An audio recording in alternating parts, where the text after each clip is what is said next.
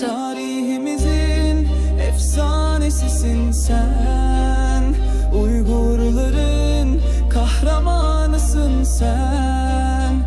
Bu karanlık dünyanın içinde sönmeyen bir ışık, bir meşalesin sen.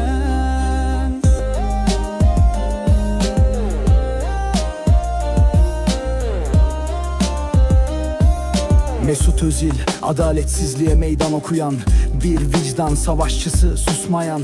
Soykırıma karşı durdun, korkmadın. Avrupa'nın ortasında yalnız bırakıldın. Zalim rejimin öfkesini çektin ama sen sadece topun peşinden koşmadın.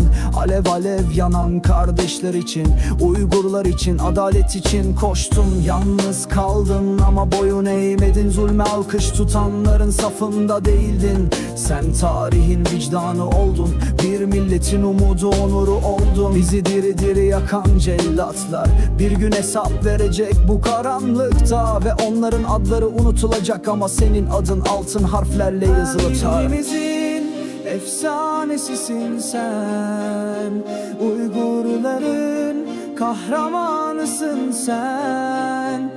Bu karanlık dünyanın içinde sönmeyen bir ışık, bir meşalesin sen. Tarihimizin efsanesisin sen, Uygurların kahramanısın sen. Bu karanlık dünyanın içinde sönmeyen bir ışık, bir meşalesin sen.